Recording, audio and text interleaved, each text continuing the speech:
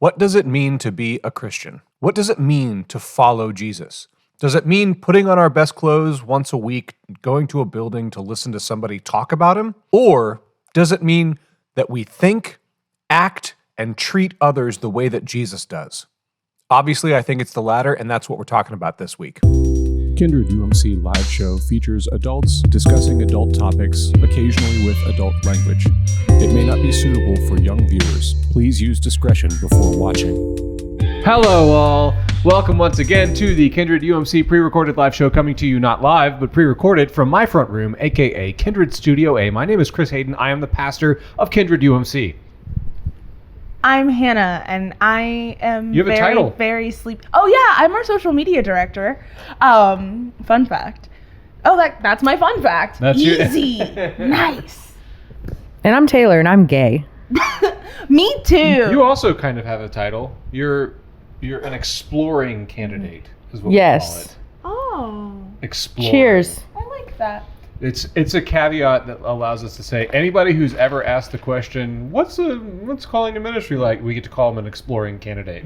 That me. I like it. I've been waiting to say I'm gay all day. I saw thought about a it rainbow earlier. on my face. Yeah, we from literally. Pride. Yeah, we literally just had a Pride event yesterday, so we're all kind of sporting the Pride stuff right now. I have the giant band. I was taking a nap Yeah. earlier, and Taylor took a picture of me. You could see all of the rainbow, like. I have to say, tattoos. temporary tattoo technology has come a long way. Oh yeah, It has. Like, Look at I you. washed my face sticks. last night, and it's still here. Like I didn't Yeah. like scrub my face, but I like washed Right, it, and I was yeah. like, okay. I could get it off if I wanted to, but But I don't want to. Yeah. I'm too lazy. So we are. I don't know what our release schedule is because we're recording ahead of time. I know that we did a special video about Israel and Gaza, and so that's kind of adjusted the schedule. So I'm not sure where we are and what we just had, but we are in Barbies in the Bible, and we're going to look at the finale of Barbies in the Bible is. And by the way, that comes from. I am trying to make the case that the Bible is actually a feminist doctrine.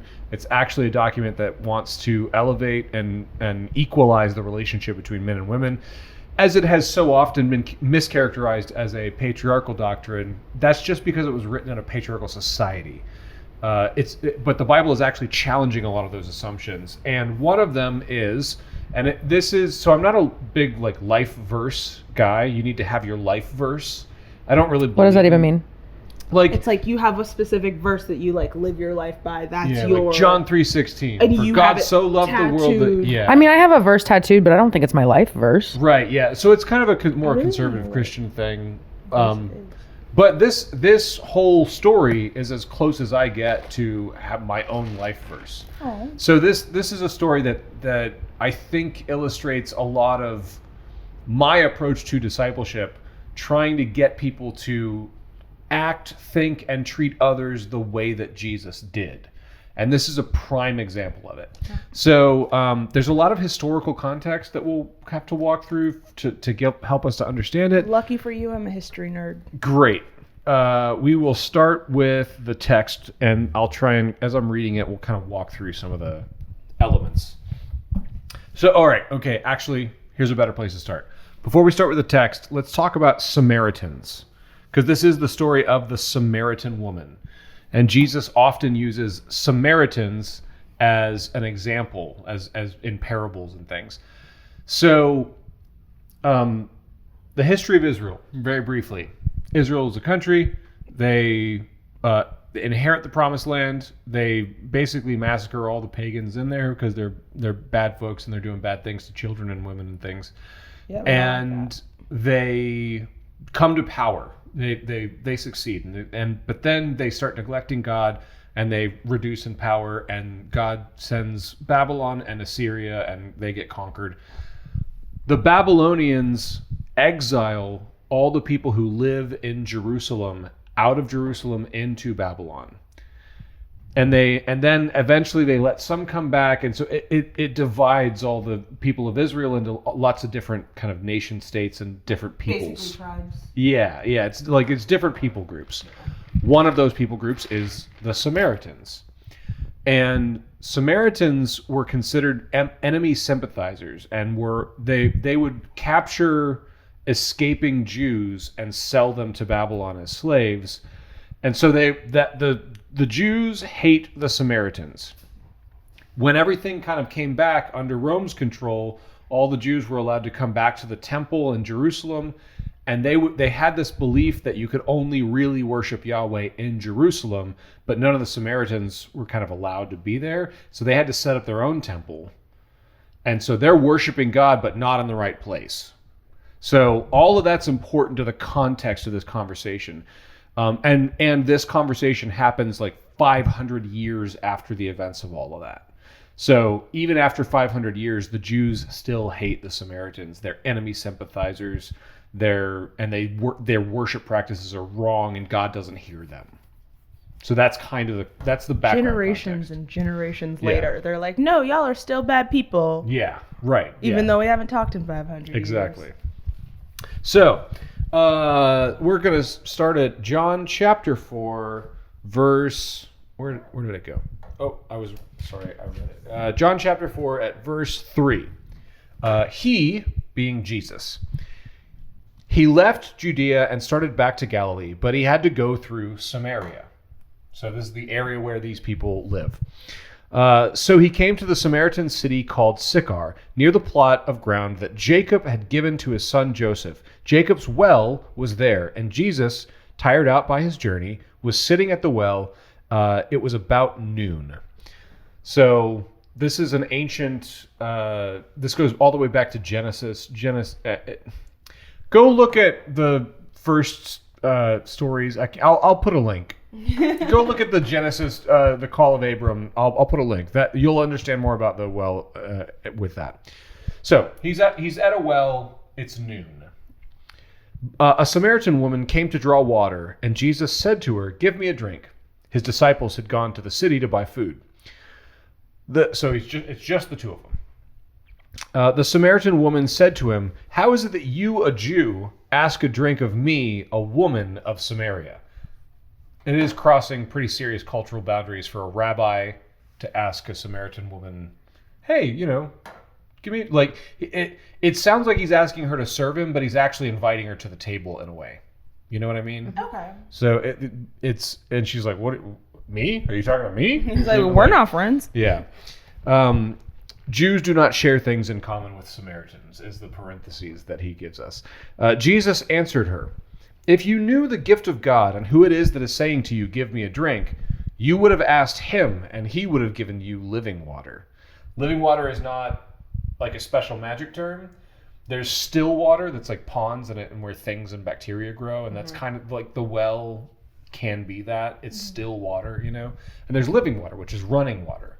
You can trust running water to not make you sick. Yeah, I was thinking like bubbly water. Like, Yeah, like, it's not sparkling water. he's like, oh, I'll just make some Perrier. Perrier. He's like, let me pop over my bubbly and then Yeah. No, living water is like running water, Yeah, basically. That makes a lot more sense Yeah. than what I was thinking. So you would have asked me for a drink, and I would have given you living water. The woman said to him, "Sir, you have no bucket, and the well is deep. Where do you get this living water? Are you greater than our ancestor Jacob, who gave us the well, and with his sons and his flocks drank from it?" Oh, sorry. I thought you had a question. I just saw the microphone wire. My come up. bad. Yeah. My eyebrow was itchy. Are you better than Jacob, basically? And Jesus said to her, "Everyone who drinks of this water will be thirsty again. But those who drink of the water that I will give them will never be thirsty. The water that I will give will become in them a spring of water gushing up to eternal life." The woman said to him, "Sir, give me this water so that I may never be thirsty, to have to keep coming here to draw the water." So he's speaking in metaphor, she's taking it literally. And I like to read it a little bit like, well, all right, give me some of this beautiful water you're talking about. Prove it, There's a little bit of that. She's a little sassy. Yeah, it's not directly in the text, but we can infer it because she's a Samaritan woman talking to a Jewish rabbi. I mean, like, why are you even talking to me? Yeah. It's like, oh, well, you're making big promises, big boy. Like, then give me some of that water then, if you're, so sure that I'll never be thirsty again. Jesus said to her, "Go and call your husband and come back." And the woman answered him, "I have no husband." And Jesus said to her, "You're right in saying that I have no husband, for you have 5 husbands. and the one that you have now is not your husband. What you have said is true." And the woman said to him, "Sir, I see that you are a prophet. Our ancestors worshipped on this mountain, but you say," you being like the Jews, "you say, but you say that the place where people must worship is in Jerusalem." So this is some of that Samaritan stuff I was talking about. The Jews say you have to worship in Jerusalem. You say that the place where people must worship is in Jerusalem. And Jesus said to her, "Woman, believe me, the hour is coming when you will worship the Father neither on this mountain nor in Jerusalem. You worship what you do not know. We worship what we know, for salvation is from the Jews. But the hour is coming and is now here when the true worshipers will worship the Father in spirit and truth. For the Father seeks such as these to worship him. God is spirit, and those who worship him must worship in spirit and truth." So, are you tracking with that? Yeah, it's a little It confusing. was a lot of words. Yeah. So she says, yeah. So she says, the Jews say we have to worship in Jerusalem, and he kind of like regurgitates and like restates the truth. Yeah, the Jews say you have to worship in Jerusalem. You worship what you don't know. We worship what we know. That's the way it is. Is kind of what he's referring to the, like, in order to be in the presence of God, you have to be in Jerusalem. So we worship what we know because we're there. You worship what you don't know because you've set up this fake temple where God's not really there. And he's not saying that that's true. He's just like saying, yeah, I know. That's the way everyone thinks it is, isn't it? You know? So it's not like a statement of this is the way it is. It's more like saying, yeah, I know. He's like clarifying what she's saying. Right. Yes, exactly. The way the cookie crumbles. Yeah. And then he goes on to say, but the time is coming and is indeed here when God don't give up where you worship. God gives how you worship in spirit and in truth. So he's actually responding to her criticism of the system with good news that it's okay. The system's about to break. System's falling down as we speak. Like, and so the Samaritans worship in a place, and there's a question like, are our prayers being heard? And at the center of anyone who asks, is my prayer being heard? At the center of that question is, does God even care? And Jesus' good news to this woman is, oh, God hears and God cares. Like you are included. The Father seeks such as you, people who worship in spirit and in truth. That's so sweet. Yeah. It's good news. And the woman said to him in response to all that, I know that Messiah is coming who is called Christ. When he comes, he will proclaim all things to us. I always get choked up at this. Ah, man. I know that Messiah is coming. When he comes, he will proclaim all things to us. And Jesus said to her, I am he, the one who is speaking to you. It's the first time in the book of John that he actually admits that he is the coming Christ Messiah figure. And he admits it to a Samaritan woman. He doesn't ever say that to his own disciples. Mm-hmm. Like, he says it to her, and it's almost like a secret. It's almost like a, come here. Like, you know what? I'm the Messiah. Like, you know, like, it's me. Like, oh, yeah.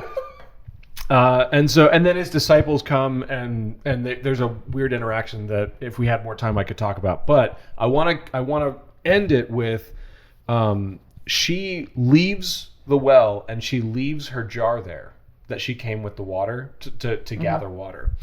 And then she goes back to town, and it says this in verse 39, many Samaritans from the city believed in him because of the woman's testimony. He told me everything I've ever done. Now you could interpret this as like, oh, it's a miracle. He kind of knew her, like he knew things about her that he shouldn't have known. I don't interpret it that way. I think what John's getting at is he sat and listened to her. They had a conversation where he was like, go get your husband. She's like, no, I don't have a. And then they're like, well, tell me about that.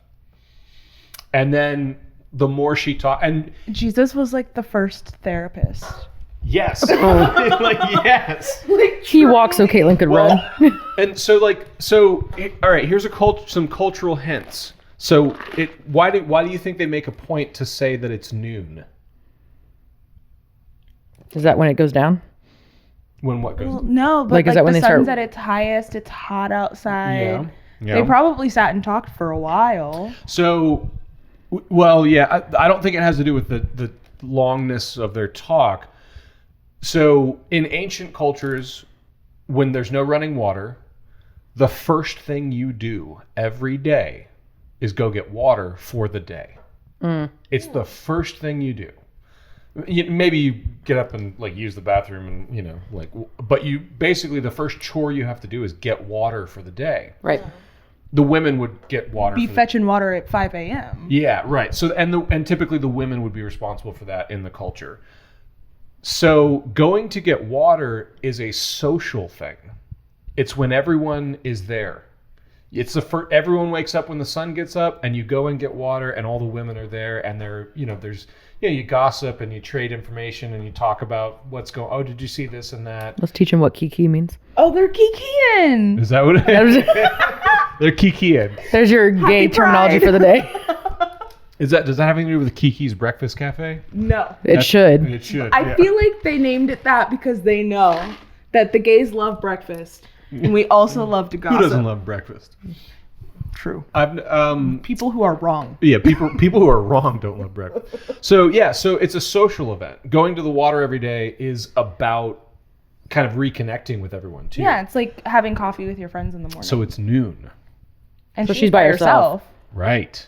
Why do you think that is? No one likes her. What other clues in the text make you think that? Do they think she's a whore? Probably. Oh, am I allowed to say that? She's had she had 5 husbands. Am I allowed to say that?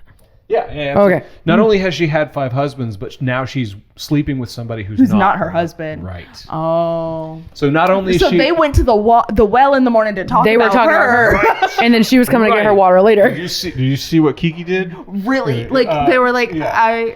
Yeah. So She said, I don't want to deal with it. Not only is she a Samaritan woman and an outcast among Israelites, but now she's an outcast among her own people, the Samaritans. Mm-hmm. She's there alone because it's the only time she can go without them talking about her.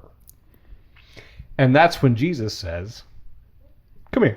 Like, Let's talk. It's all gonna be good. Why are you here? What's going on? And like no one will talk to her, and Yeah. he just And then what is her testimony? Her testimony isn't I was blind and now I can see. I was lame and now I can walk. What was it? Do you remember? She's not thirsty anymore. Yeah, I feel hurt. I didn't hear what you said. She said she's not thirsty anymore. Yeah, she left her jar. She left her jar too, which is another metaphor. Like one, I'm sure she was wrapped up in the idea, the announcement of this, but there is a metaphor her soul there. was filled. She doesn't. Yeah, she's not thirsty, right? Yeah. So this woman converts a town because somebody bothered to listen to her. That's what I think is the story. Pro tip: listen to women. Well, so my question is, when have you felt not heard? Oh, Living in Florida. literally my entire life. Yeah, we had at Pride. There were a lot of "Don't Say DeSantis" shirts. Oh, it was making me so happy. And we were like in like Church Row. It almost felt like, and Yeah, there were so many like. I was calling it Saints Row because we had like 5 different churches. It Yeah. felt very like all the "this pastor loves you" and like You This are safe priest with loves us. my Yeah. whole That was heart. Yeah. But when have I not felt heard? Literally my entire life. Yeah. Uh-huh. Yeah. Y'all are my first like group of friends that I feel like likes me because of who I am, like in my life. And like I'm almost 30 and it's crazy. But like I would say I mean, first of all, thank you. That I feel very complimented by that. That is one of our priorities, that people can have that experience. So I'm glad that it's working. yeah, it helps that you guys are cool. Well, I think that too. I think that's also a product of, you've done a lot of work on just the sheer aspect of like coming out. Oh boy. And then also, you know, you've talked pretty openly about struggles with mental health and things like that. And like, Yeah, I have mental health issues. I have struggled with an eating disorder for 14 years. Like, it's hard out here. well, I think I appreciate the comment, and I do think that has a lot to do with we're trying to make people who actually treat people like Jesus treated people. But two, I think it also has something to do with you doing work to love and accept yourself allows people to love and accept you more readily, you know, more easily. Yeah. So I think it's a twofold thing, you know. It's neat. Yeah. I like being unapologetically myself, and I wish I could go back and tell like 13, 14-year-old me and just be like, girl, don't Yeah, I worry know. about it. The message in a bottle fantasy Yeah. is real. I have that for real a lot because it took All me the a time. long time to figure stuff out. Yeah. I would say for me, my mental health was a big one because I grew up in the church, and it was very like, don't idolize your mental health, like whatever the hell that means, and like whatever. And You're gonna glorify it by Yeah, I'm gonna glorify it. admitting What it does that exists. No, I had a friend at the time, and she literally looked at me and was like, "You're idolizing your anxiety," and I was like, "What the hell are you talking about?" I was like, "It's trying to kill me. What do you mean I'm idolizing it? Like, You're like, no, I don't. I'm not like her." idolizing the Unabomber. What the fuck?" You know what Sorry. would have made it much better for her is if you just called it a demon. Right, If you honestly, acted honestly, like you were possessed by damn, anxiety. missed opportunities. Maybe I'll try again. Yeah. Um, What's the thing? It's like sometimes people who are that literal about scripture, they don't. They don't They- realize that the demons are like the human experience. Yeah, like you know, it's like I don't believe in demons in the way that people think demons are, but demons are absolutely real. Yeah. And you just named one. His name is anxiety, and he's Yeah. a real. I can't finish. He's the a sentence. turd. Yeah, He's a shit starter. A bad demon. He's a naughty demon. He's a very naughty demon. yes. Um, But that's part of the reason I started self-harming was because no one was listening to me and no Yeah. one was hearing me. And that's like, and it's really hard to talk about, but I can talk about it now because I'm okay. So, you know, most part. But anyways, our but controllables. now, yeah, but okay, not perfect. Yeah, You know, but it good- was good, a not way to, perfect, but good. I grew up with the, if you're not bleeding, I don't want to hear about it kind of thing. And that was very, started bleeding. So we started bleeding to show like, hey, something's going on Yeah. and no one's listening to me. Which is like Ooh, really I morbid. wonder- Sorry guys. man. But, That's I just got to pause on that. That is real. yeah. Like it's not bleeding. Don't talk. I don't want to hear about Yeah. it. Constantly. Like then I'll make it bleed. Yeah. it's like, And not saying do that. it's Don't like moms don't do being that. Like, Yeah. why are you crying? If you I'll think give you need to do something that, call cry somebody. about.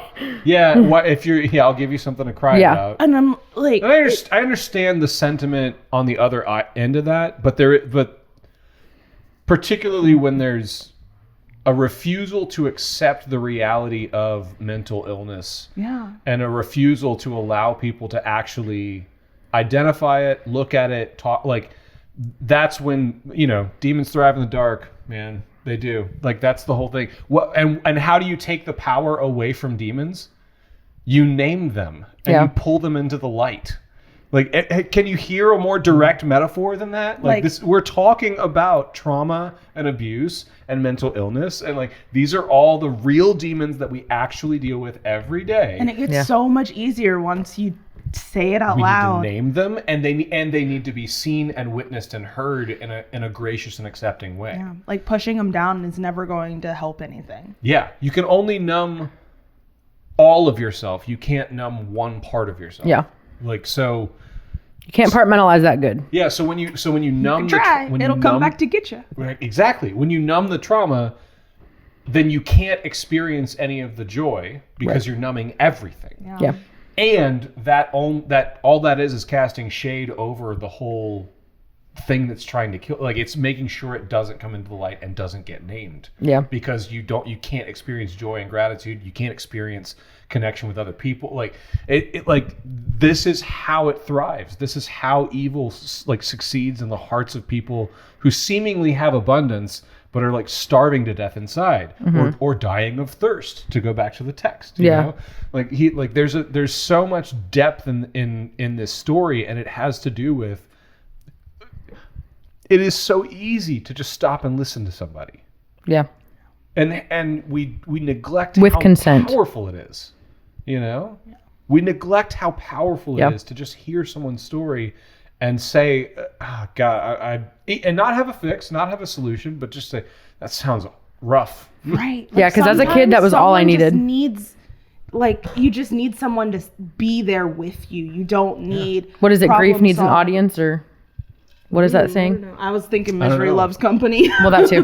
But no, my therapist always tells me like grief deserves an audience or needs an audience or something, because like you can't go through it alone, but you don't necessarily need someone to fix it. Like Yeah. you got to feel the feeling, but You you have to don't witness. necessarily need to do it. Grief needs a witness. You have to That's sit what it is. witness, you know, like Yeah. and sitting Shiva is what one of the, like when something bad happens that's irreversible, like death, you sit Shiva. You Yeah. just like, I'm just You gonna can't sit do here anything with- about I'm it, gonna so sit it's here like- with you. I'm gonna watch you, and we're gonna watch this happen to you together. And Yeah. the only thing I have to give you is you're not alone in it. And you know And what? that's That's enough. That's a usually whole enough. lot. Yeah. Yeah, that's usually more than enough most of the time. Yeah. So, all right, we have run out of time, but this is some of the most important work that I think people who claim to follow Jesus, this is some of the most important work we do. This is what it means to be an everyday follower of Jesus. It means paying attention to people.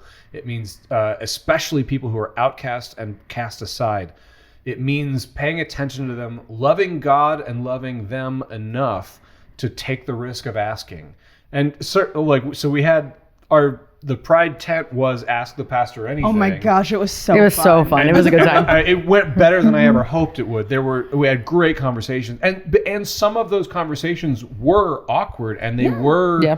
people who, as best I could tell, had mental illness and were struggling to even like coherently express themselves. Yeah, and there Yeah. was a lot of people that seemed very much on like our side of like having past church trauma and being like, Yeah, because Okay, almost but, all like, of them were oh, gay. yeah. So y'all are Yeah. a church at Pride, so Yeah, what's up? explain What that. makes you different? Yeah, there was. I remember one guy literally asked. asked you, was like, "Why are you different? Yeah, Like, why was what you believe in and what you teach I different had than what that I learned?" conversation several Yeah. times.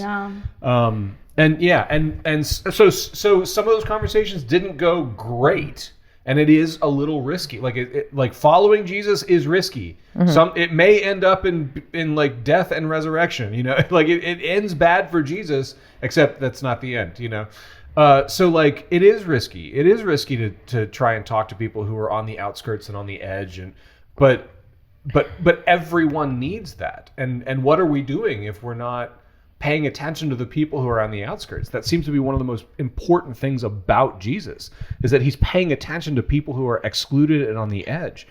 So I hope that you will find a way to participate in that type of discipleship, to participate and practice and take the risk of talking and listening and caring about people who are on the edge, because it can change their lives and it can change the lives of the people that they care about.